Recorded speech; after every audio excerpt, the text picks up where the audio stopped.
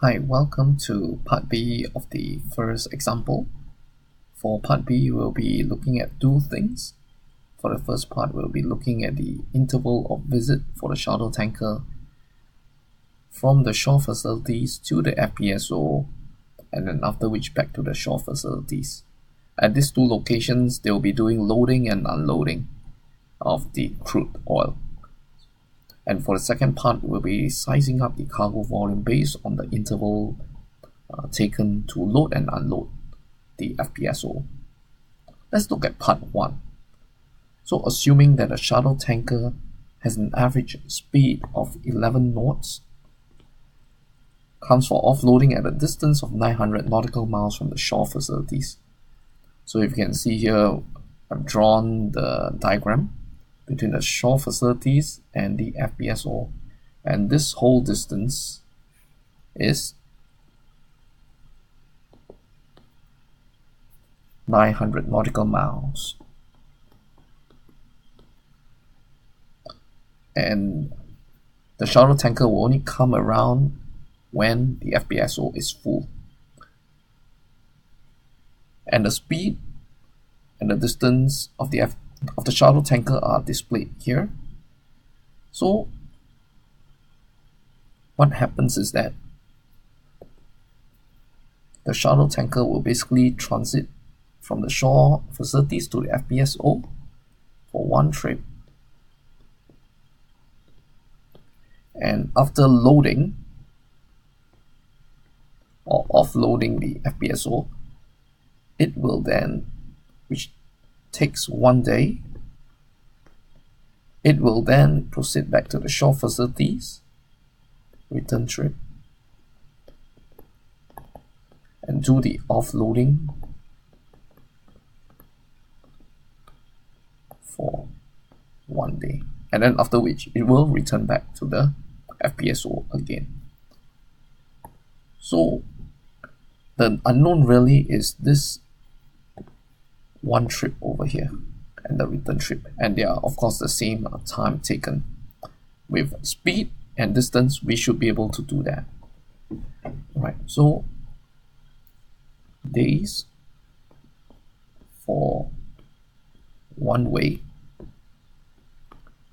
essentially is distance divided by speed.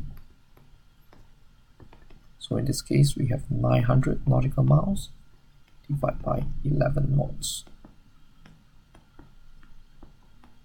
So what do we have here? It is 81.8 hours. And in a day, that's 24 hours, right? So we have to divide by 24 hours per day. And this gives me 3.4 days. So every one trip is 3.4 days.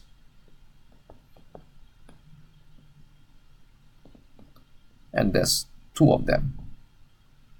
3.4 days for the return trip, and for the outbound trip is also 3.4 days. So the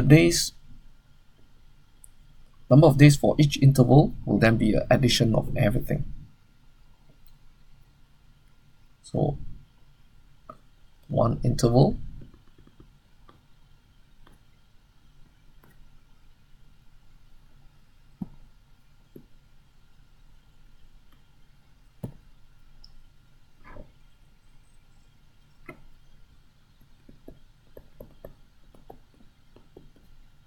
would then be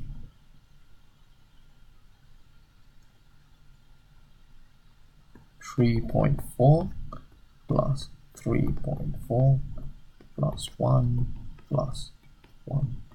This would give me 8.8, and then if we were to round up, that would be 9 days. So one round trip will be 9 days per interval. So let me ask you a question.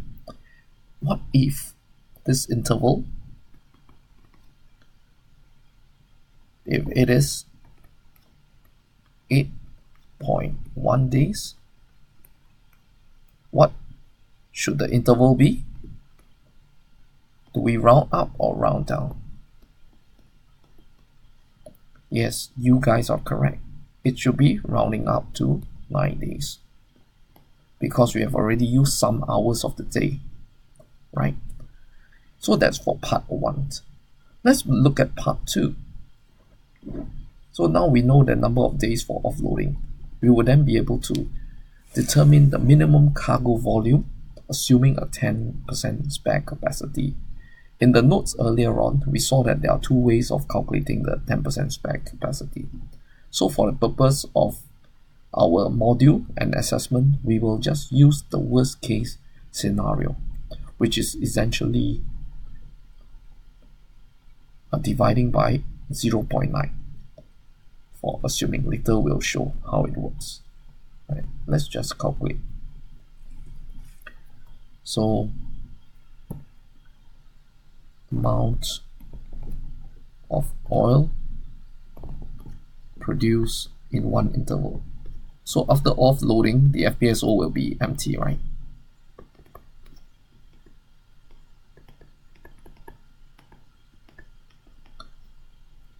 So essentially the production will fill up the cargo oil tanks again. So 68,000 barrels of oil per day multiplied by 9 days. And what we have is 612,000 barrels. And there's this conversion given in your notes, is at the bottom, but I've shifted it up. 1 barrel is equals to 0.1589 meter cube. So I've got to convert them to meter cube. So I multiply by 0.1589. So what I have would be 97246.8 meter cube. So assuming 10% spare capacity, my minimum